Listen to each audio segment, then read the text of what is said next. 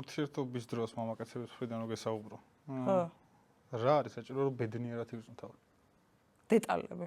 კონკრეტულად აი მაგალითად დეტალებს რო აქცევდეს ადამიანი ძალიან დიდ ყურადღებას მაგალითად მიხვდეს გააცნობიეროს რა მომენტში რა შეიძლება არ მესიამოვნა და ჩემი თქმა ამას არ დაჭირდეს მიხვდე ან ჩემში იყოს რა რაღაცნაირად ემოციურად ძალიან ხო ხვდები რასაც გულისხმობ აი რო აცნობიერებდეს რომ უი ეს უხარია ეს წინს იმიტომ რომ მე მიხვდება მე რა გამახალისებს მე მიხვდება მე რა დამაყენებს თქო ცუდ ხასიათზე და რაღაცნაირად შენ თვითონ ადამიანი თუ რეალურად ხარ ადამიანი დაინტერესებული მის ყველა დეტალს უნდა აქცევდე ყურადღებას. აი მაგალითად რომ მე შოკოლადი მიყვარს ძალიან და ხვალ არ საიდან ესე უცებ შოკოლადი თქვა მომიტანე.